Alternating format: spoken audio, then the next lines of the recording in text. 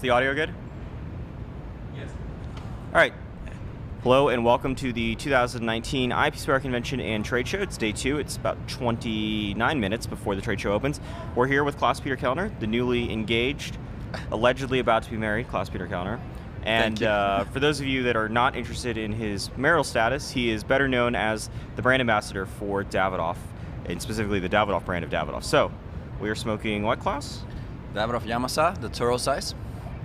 And it's early in the morning. I don't usually start my days with a Yamasa because it's on the fuller side, but I think it's appropriate. Yeah, and you guys are this year one of the few companies, and certainly I think the largest company, that doesn't have any new product for the Davidoff brand. Yes. And instead what you guys are doing is focusing on Yamasa and a couple of other things that we have here on the table. Yeah, this year, as you probably have noticed, Davidoff is going back to the core, the foundation that basically made Davidoff what it is. So in the previous 3 months, we were focusing on white label, Davidoff white label, and we were focusing really on signature, what were the key points about it, Grand Cru, Aniversario, Millennium, and now for IPCPR, we went really big and we decided to focus on the black pillar, or what some people call Davidoff Black Label. And we have done a complete repromotion, not really a whole rebranding, but really more of a completely new campaign on these 3 cigars, including also the box press. And it's called Taste the Elements. So we're really focusing on the key points that make each one of these cigars unique. And so what's the key element for Yamasa? So with Taste the Elements, it's obviously one of the elements. And for Yamasa, we went with earth. So what we're saying is, from earth comes complexity. And Yamasa is probably one of the more complex cigars we have. And specifically to the earth component, Yamasa is known for its reddish soil. And you were at the Yamasa farm earlier this year. So there will allegedly be evidence of that later on this year. So you can probably attest to the reddishness of the soil. And it's high iron content that gives very spicy, bolder flavors to the tobacco itself. And so while you've got the marketing speak down very well, that is not really how you started in tobacco, right? Because you were born into it. Yes, it was not by choice. So you are the son of Hanky Kelner, who has been with Davidoff for 30 plus years now? Or with Avo and then Davidoff? Yeah, he first started with Griffin in 1984, and then my father started making cigars for Avo Vezian in about 87, 86. And then January 1990 is when the production for Davidoff first started.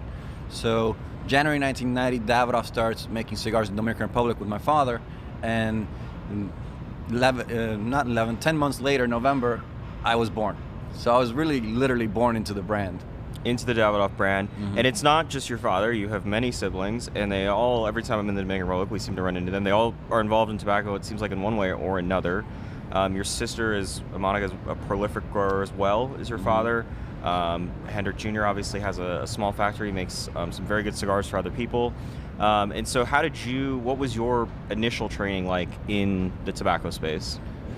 Well, I always like to say that my whole family learns through osmosis first and foremost, because you are surrounded by it. We're third generation, myself and my brothers. So my grandfather, Dutch, moved to the Dominican Republic with 3 other brothers. One brother to the Dominican Republic with my grandfather, and 2 other brothers to Brazil. And we all were working in tobacco. And my father likes to say that the family's not very creative because we all do exactly the same thing, tobacco. And long story short, then my father comes in and he's the first one to actually make a cigar. And all of us, we're 6 siblings. 5 are already out of college and working, so we still have one younger one that will probably end up working in tobacco. But like you said, my brother works in cigars, my sister works in tobacco, growing tobacco, my other sister works in also cigars and Swisher. And then my youngest brother, who just recently graduated, is working with ASP Enterprises. Yeah, so, I think the last time we saw each other, he was just heading back down to Ecuador. Yes, so he is actually working with the people that grow our tobacco for us in David Perez, all the Connecticut shade, from Ecuador. So did you do any of that? Did you go work with any of the other growers when you were growing up, or were you always in the DR at your family's farms? So when I graduated college, I went straight into the Davidoff company.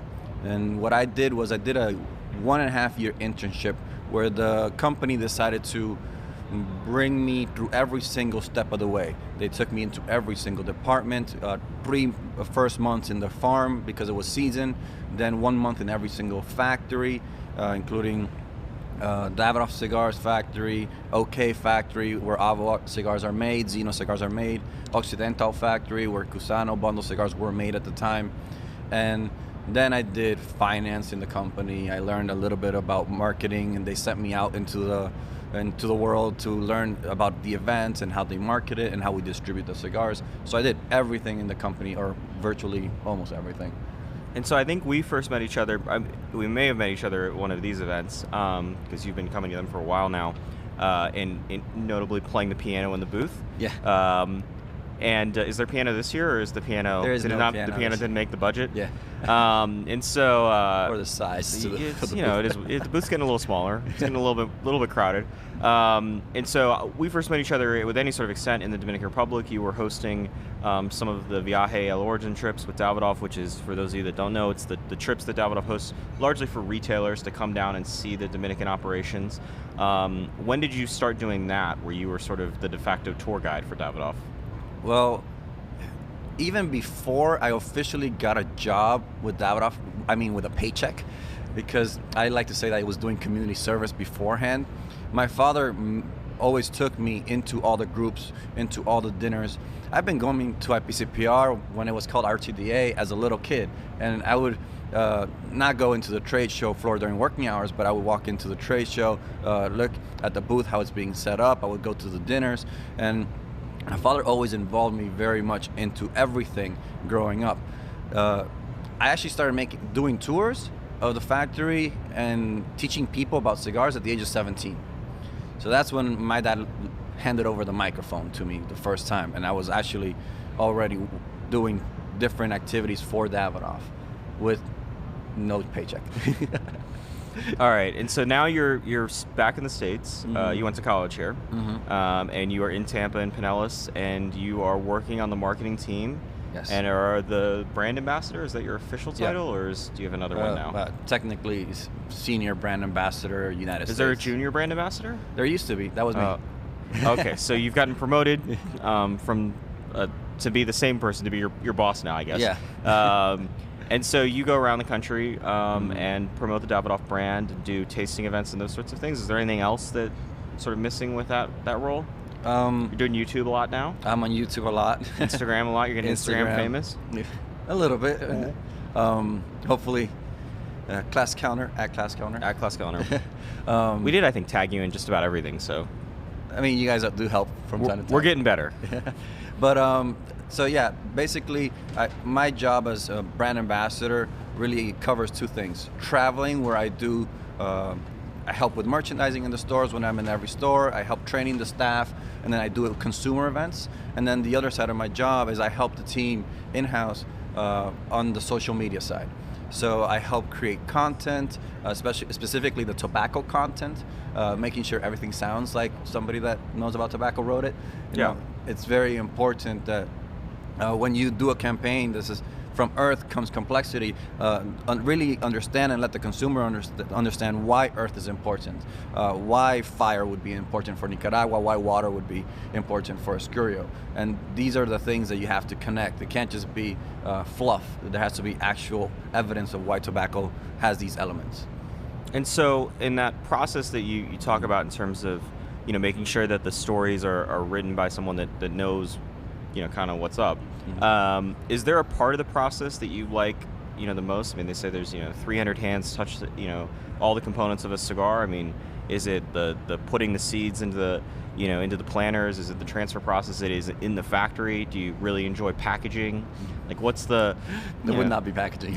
It is hard though. Like It is impressive, especially the cellophane. Yeah, I tell people all the time, there's nothing when you go to a cigar factory, you go see the entire process start to finish. There's nothing that is more frustrating to watch than the women that put the cellophane in cigars in the cellophane, because they do it so quickly and it's perfect every time. And then it's not wrinkled or anything. It's not like it's that unlike some things, like if you try to have someone bunch a cigar and they've never seen how a cigar's been bunched before, they're not going to be able to do it.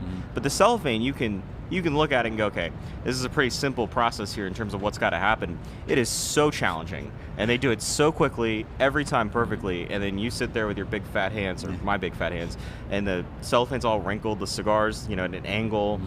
It's I think the first time I did it, it took me like 9 minutes in 3 pieces of cellophane to get a cigar inside. So when I was growing up during summertime, my mother would send me to the factory. Before I was 10 years old, I was 7, 8 years old. And they would send me to the factory on weekends, during summertime, to learn what my dad was doing. And this is before my dad sold the company to Davidoff, Davidoff, the factory. So I had pretty much free range to do whatever I wanted. And my dad would put me in the office for a little bit. We would have like a coffee or hang out. And then my dad would send me downstairs to put on cellophane. And he's like, Klaas, today you're going to work. And he would pay me 100 pesos. Like, I'm a little kid, I just want 100 pesos, for working. He would put me to put cellophanes all day. And I'm kind of a little frustrated from that. Yeah. And then several years later, I found out that I was putting cellophane on the rejected cigars. So where were they going? Nowhere. They were going for he was just training me. Well, I'm glad you had the training. Has your dad ever tried to put cellophane on a cigar? Yeah, he's done it, but his hands are pretty bulky too. Yeah. Yeah, he's not. No, it is so frustrating, and it's it's like everything in the cigar factory. There's very few jobs that you see. None of them look unbelievably complicated, because these people, they do it every day. They do it the same repetition, and they've gotten so good at it. And I think that's what makes somebody like your dad, and certainly somebody like Eladio, when you see somebody that can do multiple of those jobs and do them very, very well, it becomes super impressive, because, I know when we're getting super into the weeds here, but like when you switch out a buncher on the Liebermans and you try to have them bunch another size, it always takes them a day or two to adapt, because the machine physically is different. The tensions are different. And for those of you that don't know what a Lieberman is, it's a machine that's It helps you bunch. Yeah. Instead of doing it 100% by hand, it helps you really get the cigar. It's like a cigarette, like an at-home cigarette rolling machine, except on a much greater scale. They're all. It doesn't look that complicated, but because they're all set to a specific size, it's impossible for gringos visiting factories to ever get good at it, because every time you pick up a Lieberman and you try to pull the lever, it's at a completely different tension. Well, to answer your previous question, the one from 7 minutes ago. Yeah, my favorite location, and this is probably many people's favorite place, but my background is really farming. From my mother's side, we were farmers, rice, coffee, cattle, and from my dad's side, we're tobacco farmers. So I grew up going to the farm on the weekends, riding horses, swimming in the rivers. So I will never feel more at home than when I'm at the farm. And what's really neat about it is that when you actually work in the farm and you're actually managing a farm, which I've done for my family and helped my dad as well, not only on the financial side and all the numbers and stuff, but actually going to the farm every week, several times a week, it's really seeing something grow. I'm getting engaged, I'm getting married, and everybody tells about, oh, you'll never feel more in love when you see your little baby grow up and you see him grow up.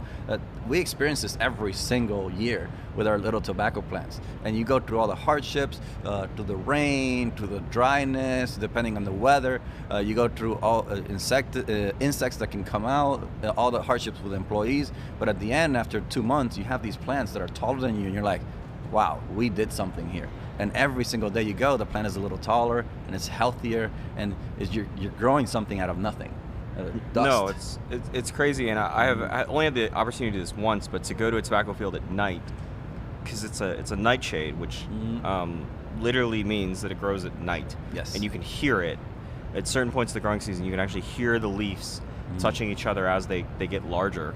And it's the weirdest thing in the world, because it's otherwise dead silence, and except you can hear it. And then when you go back the next day, you can kind of see that, oh wow, they actually did grow a little bit. I never experienced this until the first time I ran a farm. The first week after the plants were about 30 days old, I came really late that day. And I showed up at 4 or 5. I always was going in the morning. And my supervisors checks it in the afternoon. And the reason why you visit a farm in the morning is because it's been all night, the leaves grew overnight, the dew is over the plants, and the leaves have health. Yeah. They have strength. But you go after a full day of sun beating down the leaves, you go at 5 o'clock on the farm, and you feel like your plantation is ruined because all the leaves have shriveled up and they're protecting themselves from releasing too much water, and so that they don't die or don't. And at 5 o'clock in the afternoon, your farm looks very ugly. Never go take pictures of a farm at 5 o'clock. We always go really early in the morning. How many times has Davidoff done that for a marketing campaign? Never. Are we sure? Are we sure there's not some ad from 1997 with some shriveled up leaves? I gotta show me that one. I don't know. We'll look at it.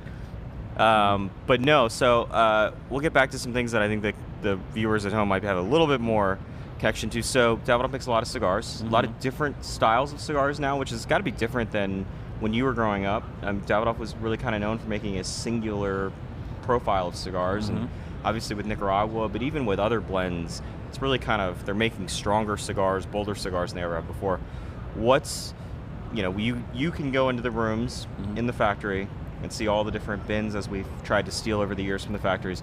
What's the one cigar that's sitting in those aging rooms that you would, if you could pick it, not in trouble for, what would you take? Oh, I would go all day, every day for Diademas.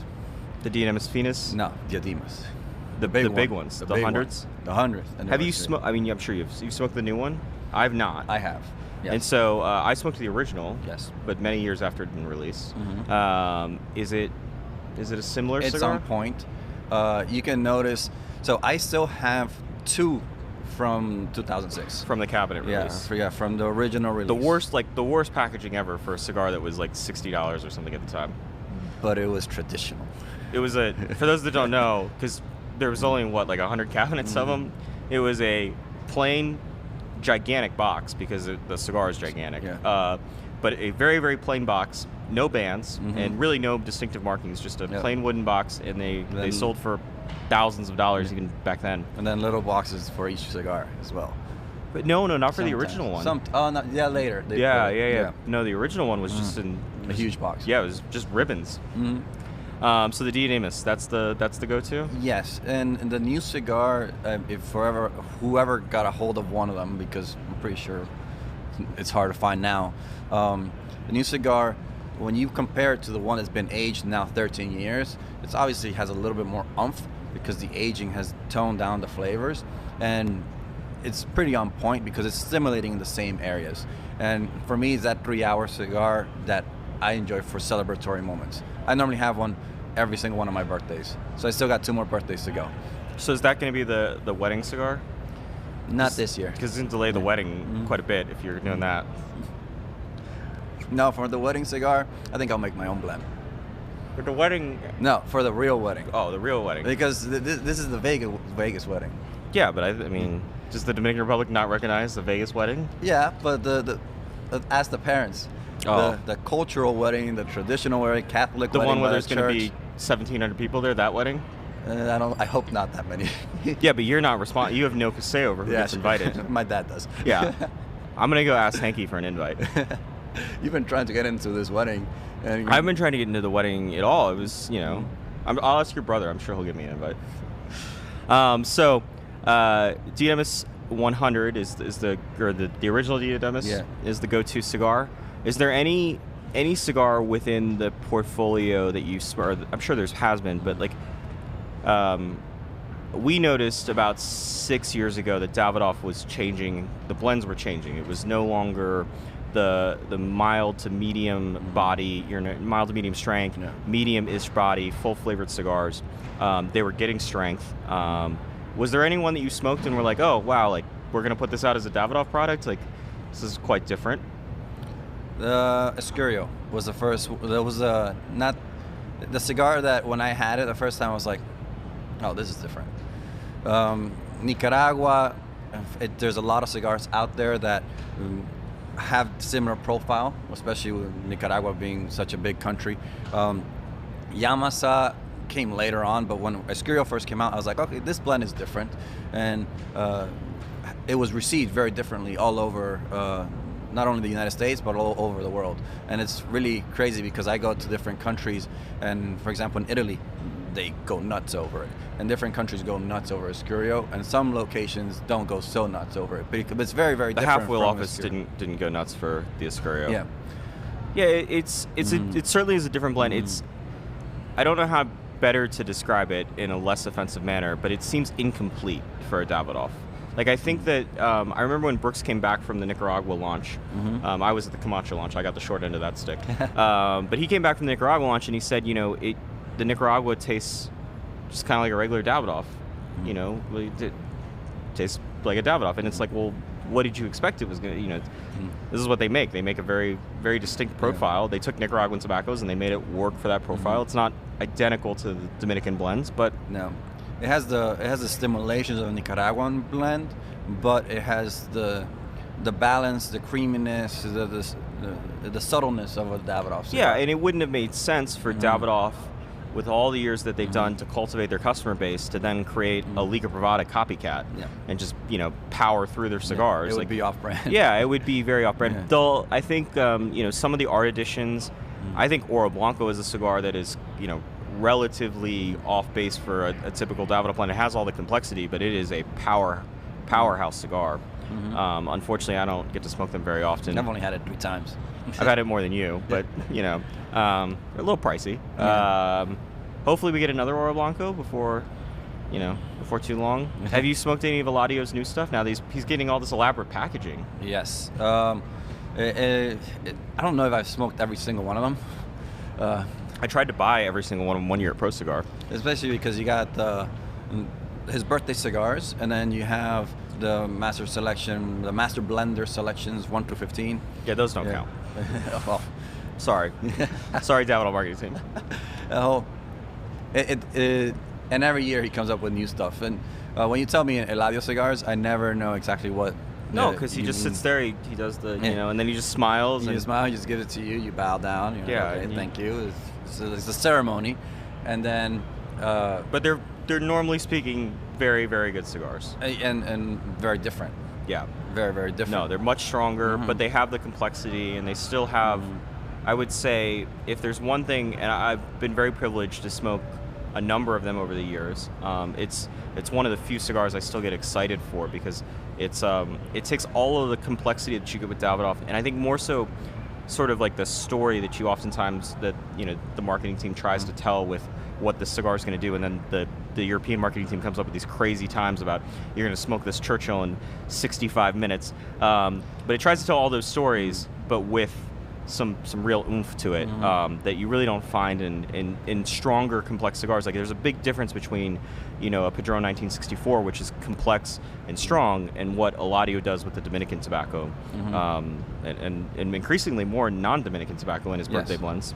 Yeah, we've definitely, as a company, have brought in a lot more tobaccos to the blending. You could say our spice rack of tobaccos, how many ingredients we have. And it's really fun to change the profile and then try to maintain it with Davidoff on brand. Because we're acquiring tobaccos from all over the world, and we're able to create a lot more things and you could say satisfy more palates. And that's what we're really trying to do. Not only do we start with Nicaragua, but we're really trying to broaden our palate and give different options to the consumer, and always maintaining it as Davidoff brand as possible. All right, I think that's a good stopping point. We got to get you back to your booth at some point. Maybe, I don't know. I'll be by the booth today. I could stay here. Yeah, no, I mean, I could stay here too. It'd be a lot better. We have cigars. We have some food, not very much food. We've got some alcohol. Well, just before that, when you go to the booth, like, not only are we doing a new campaign, but what's really interesting, and you're going to be seeing this a lot, is that we have created an experienced room. I've seen it on Instagram. Yes, and it is beautiful. We really went all out, and for the first time ever in an IPCPR you're going to see something that is not just selling. It is really an experience room where you're going to really immerse yourself into each one of these characteristics. And we actually even brought tobacco from Yamasa from this year's crop, so you can play with it. The scurry room is awesome. We have cocktails in there, and it's really just an experience of the senses: sounds, visuals, videos, smells. It's really, really nice. Aromas, not smells. Well, it is what it is. I will bring. We have a little Osmo device, so I will bring that to the booth. Thank you for giving me the heads up. I don't know how we're going to translate the smells to our readers at home. Once we are able to do that, it would be a lot easier, because then when they're complaining about how do you get fatty tuna and charred chicken skin tasting notes in cigars, it'd be like, oh, you just smell it here, you can taste it. But thank you, Klaas, for stopping by. I hope the Vegas wedding goes well. I will start campaigning for the Dominican. I've never been to a Dominican wedding. I'll start campaigning for that. I really need to start campaigning for Nirka's wedding as well. I'm sure that will be a very small affair. I'm sure you'll be there, as will the entire country of the Dominican Republic. She's going to kill me for saying that. But it wouldn't be, an IPCPR live video without me upsetting somebody. So for more information about what's going on with all of Davidoff's not new products, you can check out my booth post. Hopefully it'll go up tomorrow on halfwheel.com. We'll have a ton of booth posts today. I know we had some yesterday, or we didn't have some. We had a dozen or so yesterday. We've got at least a dozen or so more coming today. Patrick LeRee did the live blog from his thoughts on day one of the trade show. Brooks Whittington put up what's in his bag. That's the less exciting post. There's a basketball court right next to me. Have you tried to shoot on the basketball court? When you told me that, I thought you were kidding. No, it's because of this company back here, this Nicaraguan company. They're the ones that have the Ace Prime. They have the cigar with Dominic Wilkins and Tiago Splitter. And so as part of their, let's see how much money we can spend at the trade show, they have a basketball court, which I think is probably the first time that's ever been here. Yeah. Anyway, so Klaas has to get to his booth. For more information about cigars, IPCPR 2019, anything else to do with this wonderful industry, check out halfwheel.com. Brooks Whittington, are we going to... Brooks? Yeah, you going to end this video? Or yeah, because we're still live until... We could just... We could just stay here all day. Yeah. Let's see who gets in trouble first. No, we're good.